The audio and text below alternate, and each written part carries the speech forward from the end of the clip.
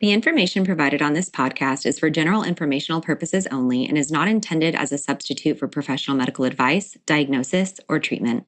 Always seek the advice of your qualified health provider with any questions you may have. Never disregard professional medical advice or delay in seeking it because of something you have heard on this podcast. Reliance on any information provided here is solely at your own risk.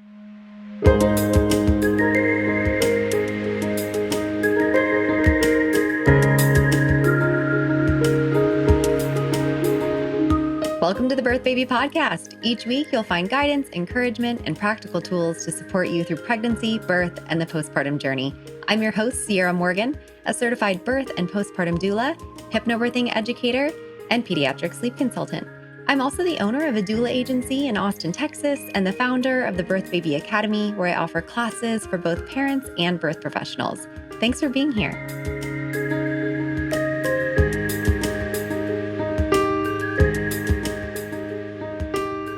Hello, everyone. We are back in our Building Your Registry series to chat with Jes. Again, yay, we got lucky and we get her twice. And we are going to chat about baby swaddles and sleep sacks. So thank you for being here with us again, Jes. Thanks for having me, guys. I always love coming in here. So this is another one I think that changes all the time. There's so many different things that came out. I recently found a drawer in my daughter's room full of all of the swaddles and sleep sacks and everything that I've had in the past. And I was pulling them out and I was like, oh no, I know I've been told I can't use this one. I can't use that one. So you can tell me what to replace them with. Thanks. Yes. Okay. After this, you'll be so ready, Sam. I'm so excited. Okay. So what are swaddles and why do so many parents use them in the early time in a newborn's life? So swaddle, well, by now, hopefully you know about swaddles if you're listening to this podcast. But if you haven't, it's just the practice of snugly wrapping your baby in a lightweight blanket or a swaddle product to make them feel cozy, to give that womb-like environment for them. Because babies who just came out want to feel like they're still in. And that's a big part of what swaddles do. So yeah. Or trimester, right? That period of time where they're still getting used to being on the outside. It's kind of like, it sounds like prison. It's really hard for them. Life on the outside. Yeah. People often talk about babies crying and it's so hard for us. But dude, that baby just came out and now they're cold and everything's bright. It's pretty much all the things we recommend for newborn baby soothing have to do with making things womb-like. So it's a thing.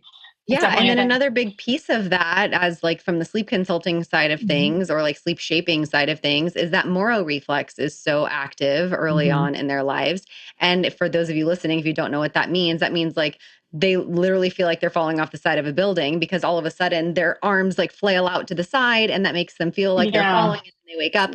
But a swaddle reduces the amount that their hands can move and they're able to just rest more peacefully. So, also a benefit, but yes, mostly that it makes them feel like they're kind of still snugly warm and, contained. So what are some of the benefits for swaddling for both babies and parents? So I got a little nerdy with this, guys, because I'm real excited about swaddles. So also, since this is a registry thing, sidebar, if you are looking for things for your registry, go ahead and add this book here. It's called Crib Sheet by Emily Oster. It's just, it's literally called A Data-Driven Guide to Better, More Relaxed Parenting from Birth to Preschool. What I love about this book is it's very simple. It's very concise, not a lot of feelings, not a lot of, this is what my cousin said or whatever. It's just data of here are the pros and cons of certain things. And it's a lot. So, and she literally has a page and a half about swaddling. So don't worry, it's not crazy. So put this on your list. It's a really good one. Dads really like it because it's charts and stuff.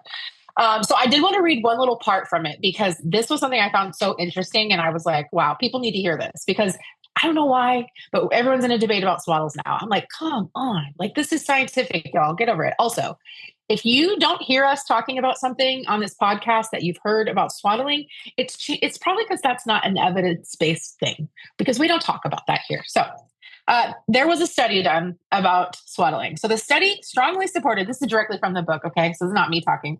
I don't like to take credit, The study strongly supported the value of swaddling for sleep. While swaddled, the babies slept longer overall with more time spent in REM sleep. This paper also identified the mechanism. Swaddling improves sleep because it limits arousals.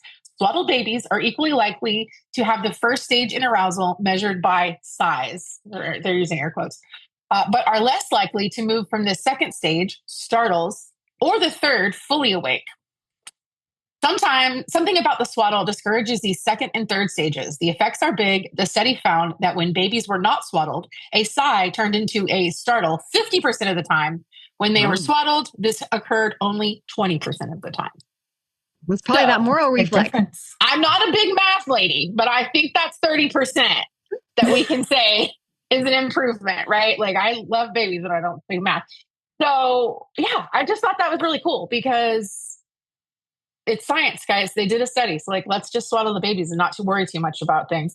But one thing you do have to worry about is making sure that you are not swaddling the hips or legs. So we do want the arms to be fairly snug, but not the legs. The legs and hips need to have full range of motion. People often ask, why is it okay to do the arms, but not the legs? Well, the hips and the pelvis and all of these things do not work the same way as shoulders, elbows, and those joints, right? So it's just something about containing them like that for long periods of time can add to like hip dysplasia, other issues, but swaddling with just arms down snugly is completely fine. Your baby will probably love it. We'll go over the things about whether your baby actually hates a swaddle a little bit later, because that's not a thing either. And if you haven't listened to the episode about baby carriers and wraps with Lori, she also talks about that about why you can't, the hip thing. Yeah. And it's even worse with baby wearing. I'm sure she went into that. Like it's like worse, meaning like the chances of it happening because of wrapping incorrectly. So yeah, we like those little booties to be able to move around. Yes, I think that brings us into the next question, what are like safety concerns or misconceptions about swaddling that new parents should be aware of? So safety concerns. Well, if their swaddle is made out of some crazy material that's not breathable, we want swaddles to always be a breathable, sort of light thing. So avoid anything that's like fleece, polyester, stuff that's not breathable. And especially if you're in Texas. I mean, we are international, but a lot of people that are listening are in Texas, and you got to be careful with that. So like when I see fleece swaddles at like thrift stores or places, I'm like, oh, like get it out of here. This is brand new information to me, because I thought it was fine if they were like, because some places it's cold, like extra cold, and they need a warmer swaddle. I mean, I guess as long as it's tightly fitting, right? Like if it's something that's around their bottom area, it's heavier and thicker, and you're in a really cold place, then it would be fine, right? Well, I mean, yeah, but when is your baby going to need to be swaddled in a cold place? Like it's going to be in a bedroom in a bed, I hope. I just had a conversation with someone about this that was chatting with me. They like to keep their bedroom at 60 degrees, and they're having a baby, and it's so cold. And they literally sent me a link to a common brand of swaddle that has this like, it's almost like a 0 degree kind of thing. It's like they had this special sleeping bags or whatever. It was a rated sleep swaddle for babies. And I was like, listen, you need to just like, it's still, their face is still gonna be freezing. All right. Like, like, okay, temperature of the room. Yeah. This is a total 60. Bunny trail here. But like, have you guys seen like the pictures of like babies in like Iceland and Greenland and stuff where I think it's, where is it? I think it maybe the Netherlands, where they literally leave their babies outside in the cold in their prams because it's like good for their little lungs and stuff, is what they say. Like different things, different places. So there they probably need the 0 degree thing. This is for vacation when you're camping and it's cold, not for like every single day in your house. Probably not camping. There's also with a newborn cultures, because in my little bit of extra swaddle research for this podcast, there's apparently a culture, which I cannot specifically name because I don't know it, but that apparently like attaches babies to things for the day. Like it's weird, right? But it's like, they're like, no, this isn't good. This is not really good. Like basically it's swaddling all day. So anyway, different folks, different strokes. But if you're here in the US, we're not in Iceland. What else is it safe? Anyway, what else weighted, anything weighted. Okay. And I did bring a few examples. If you're watching on YouTube, you can see, but anything weighted is going to be, a lot of times we see these. I use these in my newborn classes, not safe. There's a big X on here for the people listening at home. That's the nested bean, right? This is the nested bean. And what it has is this little bean sack right here that sits on baby's chest. And it kind of feels like a soft hand. And that's cool the idea of it. But however, it's just not safe for babies. A lot of it is because we can't really regulate this. The weight, you don't know if this is too much weight for an extended period of time for your baby. What if this thing comes up over their face? Like there's just a lot of things, right? And we haven't talked about sleep sacks yet, but for those of you who aren't watching this, that is a sleep sack, and we will talk about that later. Yeah, they also make weighted swaddles. And actually, a person in my last class was like, hey, I got this weighted swaddle somebody gave me as a gift, and I want you to tell me if it's good. I'm like, yeah, send me a photo. It was $130 swaddle. Oh my gosh. That was not safe for sleep. So I was like, hey, sorry, friends, all over that. You're going to need to get a refund on that thing. But yeah, so this, just because while we're here for the people at home, this is a sleep sack, and this is totally fine. We love a sleep sack, but it doesn't have anything weighted on it. And so the swaddles, I mean, a lot of them look like a weighted blanket, so you can tell. So yeah, basically that. Also, rolling. That's the main concern with swaddling and babies not being safe, because when they start to be able to roll, the danger is that they're swaddled, they have no use of their arms, which gives them limited neck and head control. And if they're over on their face, we know. So that's not good. So if your baby starts showing any signs of rolling at all, it's time to ditch the swaddle, which is a whole thing too, which maybe we could do a whole podcast on. Right. So yeah, you mentioned sleep sacks. We kind of showed what that is. It's basically a wearable blanket, kind of. So it's not tight anymore. It's when babies can roll over, and now it's not safe to keep them in a swaddle. And so we moved to like a wearable blanket, since it's also not safe to have blankets in the bed. Mm-hmm. So what do you suggest for sleep sacks? Is there, like, could you just start with a sleep sack? Why do we not start with a sleep sack and just do that from the beginning? Please don't start with a sleep sack. Please don't do that. So I'm a postpartum doula. So most of my work is going into people's homes and taking care of their babies overnight. And, usually the first night or two, it's all questions about what about this product and that product and that.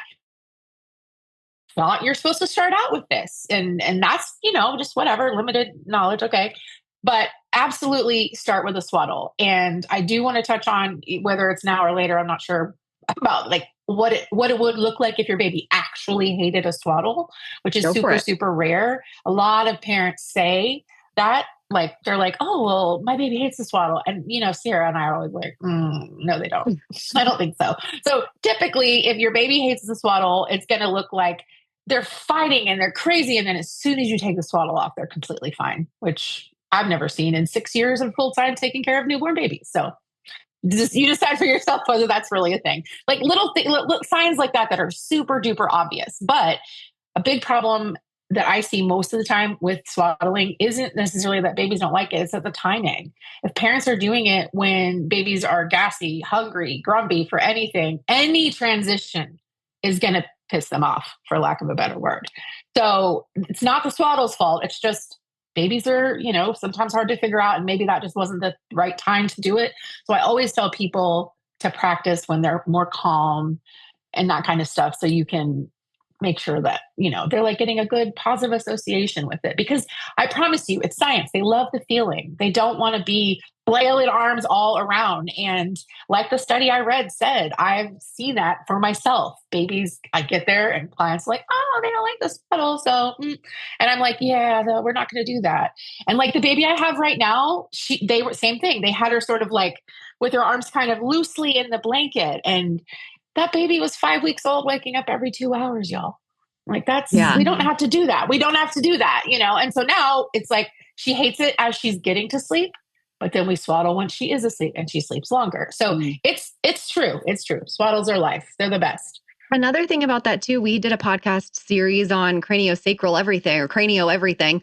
And we did one, we were talking, I think in one of them, we even talked about like, if a baby is not liking that, or they're like really lifting their head a lot, or, they're already starting to look like they're way too advanced in their muscle movement, it's usually because there's tightness somewhere in their body. And a lot of times if you get, a chiropractic adjustment or a craniosacral adjustment, then the baby might like swaddling again. It might be that there's tightness in their body, and that might be a sign that there's something that's not great within and they need a little bit of an adjustment. So yeah.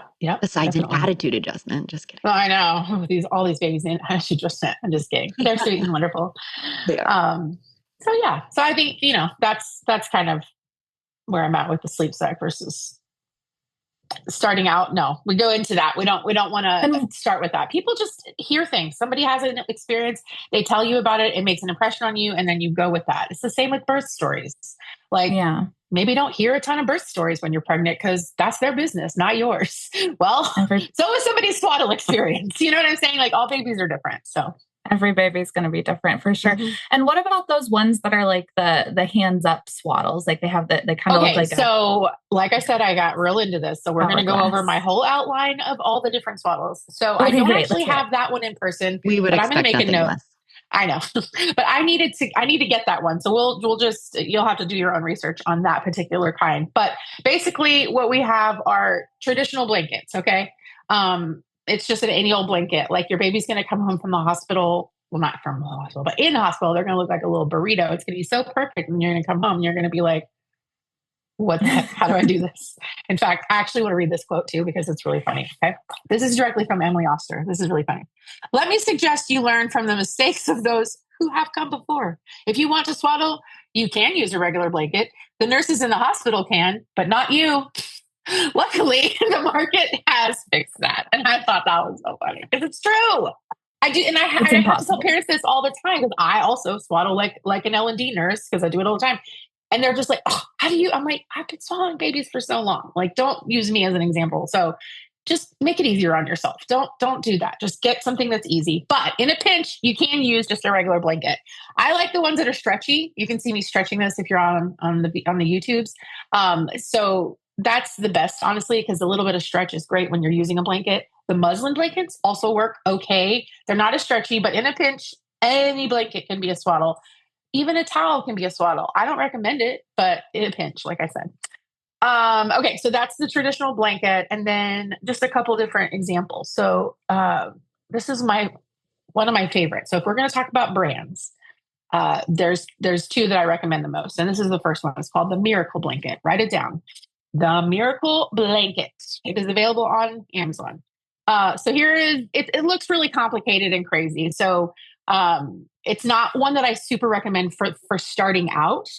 This is more of like my baby's getting their arms out. Oh my gosh, what do I do? Because these little wings inside sort of they go over their arm and then it holds their arm down basically in the swaddle. It sounds really barbaric, guys, but baby straight jacket. Yeah, it works wonderfully. And they love it. And it's just one big long thing. Like there's no Velcro. It's just kind of like a big long pouchy thing that there's probably videos on YouTube on how to do that. You probably have to look up a video. Yeah, 100%. Yeah. I've done this for people and it's a very big learning curve on anything that's not exactly like match this Velcro with this Velcro. And that we'll go through that one too. This one is just like basically a sack. It's just like a little sack. No holes here. It's just like a little not the sack. Woombi? And this is a Swaddle Me version. Okay. I don't know if it's exactly. I love the Woombi. I used that with my son. Yeah, those are great too. It just depends on your baby because some babies will be cool with having their arms kind of loose inside, moving around, but still close to their bodies. Some babies need that straight down arms, because the thing is, it's almost like they forget they have arms when they're that far down at their sides and they're just not available to them. But when they get that little bit of wiggle, sometimes they're like, oh, okay, well, we're going to just do this. And then, you ever seen those things outside shove our hand up through the little tiny neck hole? Or like those businesses that have those inflatable stupid things out front where the arms are like crazy in the head. That's what babies are like when they're not swaddled, y'all. I'm like, let's just swaddle all the babies. So anyway, so Swaddle Me, this is the brand, everybody. If you are like, what is the one swaddle I should put on my list if I don't want to deal with any of this other stuff that's hard to use or whatever, it is the Swaddle Me. Okay. And I'm holding up one on the video, but they're very, very common. And these are the ones that have a couple of Velcro tabs in the front and a little pocket in the bottom that you stick baby in. And they're the easiest ones to use. 100%. I've never had a parent be like, oh, I can't use the Swaddle Me. It's too difficult. So that's that. But this one right here, the Halo, which gets a lot of love, y'all. I just don't understand it though. It's not really my favorite. It's also the Velcro variety that you pull, but it just has a lot more working parts. It's a lot like if a sleep sack and a swaddle had a baby. Just hates this in here. Velcro. Just hates not Velcro. Not a big fan. It is really loud. The Swaddle Me Velcro is fine, especially if you get a used one. Use swaddles with Velcro that's been washed a lot is a lot less loud, but still good enough to hold keep your baby tight. The thing that I love about the Swaddle Me, because that's what I used with my kids, is that the bottom of it isn't always, some of them don't have Velcro. And so it's like, it has the Velcro on the chest and then the bottom isn't attached. So I can like undo it and change a diaper without having to undo that Velcro in the middle of the night. And then I don't have to hear it. And then the kids still stay straight jacket. It's great. Yes. They also have the newer versions now, which you'll see in a few months here, have a zipper thing at the bottom. So they do have the pouch, but they have a zipper at the bottom. Now, I'll admit it's not the easiest thing to do to change a baby in a swaddle. But if you have the kind of baby that rouses up too much if unswaddled at night, go ahead and feed that baby and change their diaper swaddled. Yeah. You guys, the unrelated to swaddles, but just pro parent tip, if you can find like the little sleepers, little swaddles that like unzip from the bottom up so you don't have to fully undress them. Like when I first started seeing like the double zipper, like little sleeper things that zip up from the toe so I can just get their beauty out without undoing their chest, life-changing. Absolutely. Don't even do the other ones. Buttons, throw them out. Basically, my kid lived in sleepers that unzipped from the bottom. Absolutely. Totally. And then, so those are pretty much all the swaddle examples that I have. And then, there's a million ones online. The Love to Dream one is the one that I don't have, but it's the one that will let baby kind of stick in this position of just like arms up next to their head, basically. And that one, a lot of babies do like that because it will keep them from having the moro as much. It's like not as startling when they have it. Like I've seen babies definitely have it a little bit, but it doesn't seem to arouse them as much. But it's like a good in between. Like it is. Yeah, but also I don't want people to think that just because their baby's like in the swaddle, oh, let me try that one with the arms up. Because once you go here, arms up, you really can't go back. It's harder. Right. And what your baby really does want is to feel more womb-like. And this is not very womb-like, but it just keeps them from flailing about like one of those things outside of a business, I liked that one as a good like transition swaddle, as we were starting to get ready to move out of like the really tight swaddles, because you have to stop swaddling them at some point, and that's when you like move into the sleep sacks. But then you have this awkward time where you have to transition them out of swaddles, which honestly we probably should do a whole podcast episode about, because we get so many questions about that. For sure. But I like that arms up one, because then it kind of got them used to it, and then they got used to sitting here without being like a total like crazy person. Yeah. No one parents are listening. Oh, go ahead. We both had advice. Yeah, I'm the guest. I'll go ahead. Yeah, you go ahead. No, you should. You go ahead.